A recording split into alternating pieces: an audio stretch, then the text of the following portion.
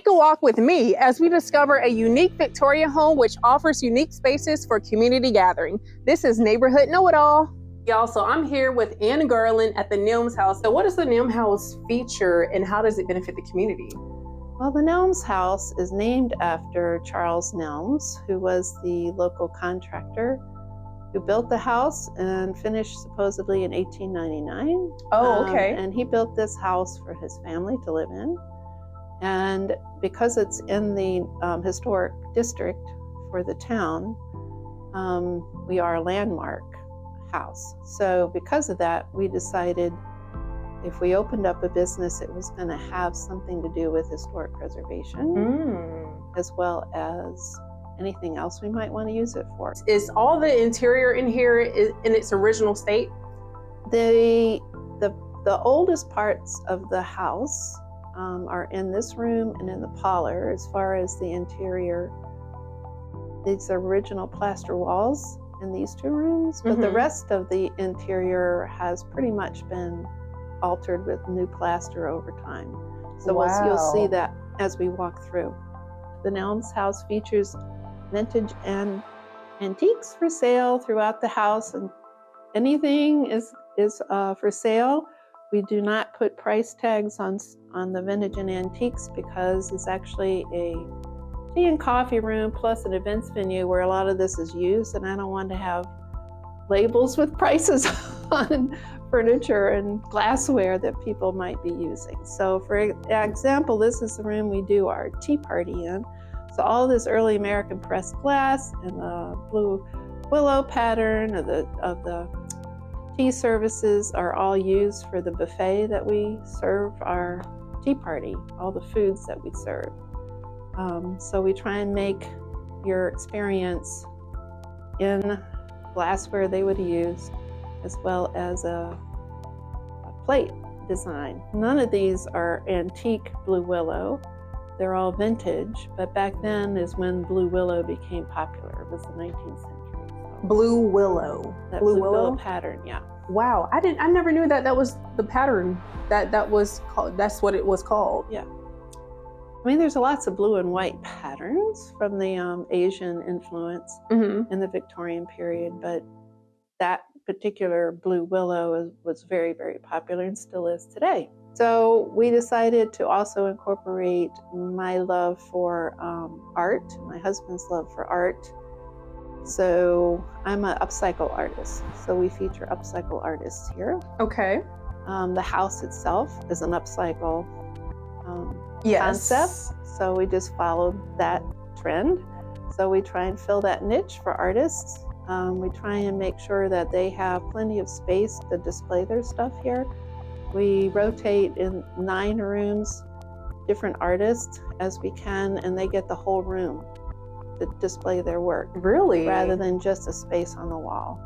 And they don't have to pay rent, it's only on consignment. So at least they can have an exhibit space.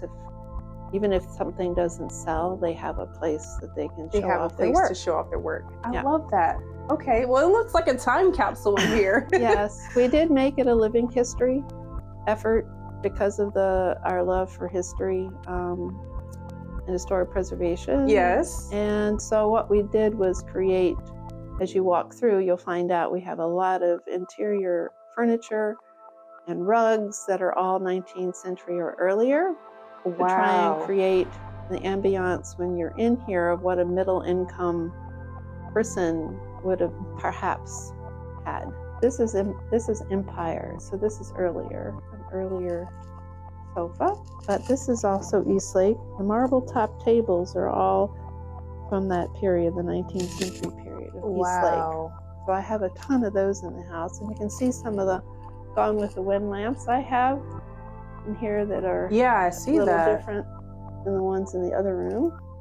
So as you walk through, I have a variety of different styles in furniture, as well as the lamps from the 19th century. Wow, it was literally a time capsule in here. I try to make it that way. This is actually a fire screen from the 19th century too. Isn't that cool? Actually, it's a fan, like a peacock, and it folds together. I'm not going to do that right now, but it folds all together. And I don't know what happened That's cool. to the mantle that was here, but we found this Eastlake Mira mantle that we use. Somebody stole the entire piece that used to belong on this wall. Oh, wow. At one time. Don't know the story of that one.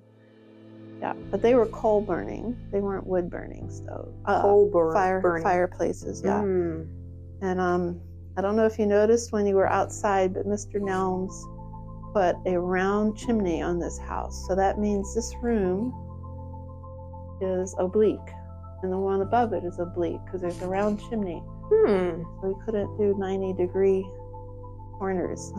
Okay. Not sure what his reasoning was for that. I wish I did know.